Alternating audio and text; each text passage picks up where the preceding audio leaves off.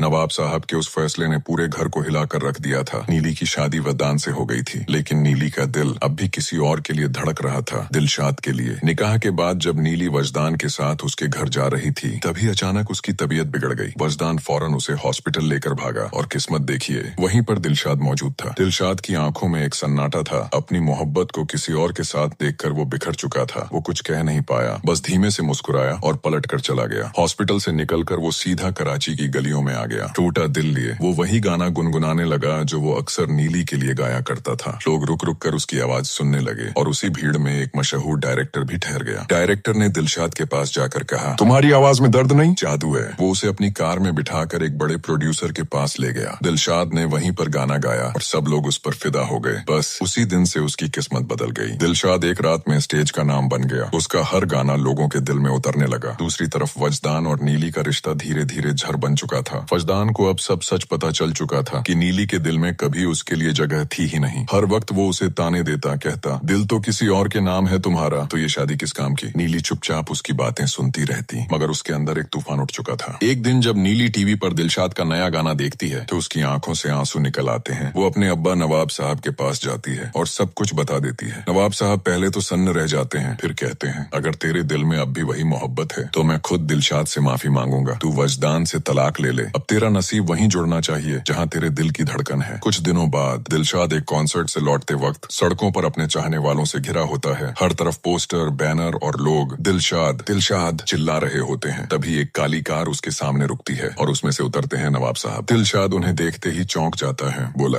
आप यहाँ? नवाब साहब की आंखों में शर्म और अफसोस था। उन्होंने कहा, बेटा, वो दिन याद है जब मैंने तुम्हें अपने घर से निकाल दिया था? मुझे लगा था मेरी इज्जत तेरी मोहब्बत से बड़ी है, लेकिन मैंने अपनी बेटी की खुशियाँ छीन ली। आज मैं तुझसे माफी मांगने आया हूँ और चाहता हूँ कि तू नीली से निकाह कर ले। दिलशाद के चेहरे पर सन्नाटा छा गया। वो कुछ पल खामोश रहा, फिर बोला, अगर सच में यही आपकी रजा है तो मैं भी इनकार नहीं करूंगा। कुछ दिन बाद एक सजे धजे हॉल में निकाह की रस्म होती है। निकाह खान पूछता है, कबूल है? और दोनों तरफ से एक साथ आवाज आती है, कबूल है। उसी पल कैमरा दोनों के चेहरों पर ठहरता है। नीली के चेहरे पर सुकून, दिलशाद की आंखों में मोहब्बत, जैसे बरसों की कहानी आखिरकार मुकम्मल हो गई हो। निकाह के बाद जब दिलशाद नीली को घर लेकर आता है तो पहली रात उसे डायमंड का सेट तोहफे में देता है। नीली की आंखों में चमक लौट आती है। धीरे धीरे दोनों की जिंदगी एक खूबसूरत मोड़ पर आ जाती है। कुछ महीने बाद दिलशाद अपनी बहन की भी शादी अपने ही दोस्त से करवा देता है और जब उनके घर में एक नन्हा मेहमान आता है तो पूरा घर खुशियों से गूंज उठता है। दिलशाद, जो कभी घर से निकाला गया था, आज उसी दुनिया में इज्जत, शोहरत और मोहब्बत का बादशाह बन चुका था और नीली अब हर सांस में बस उसी का नाम लेती थी, दिलशाद।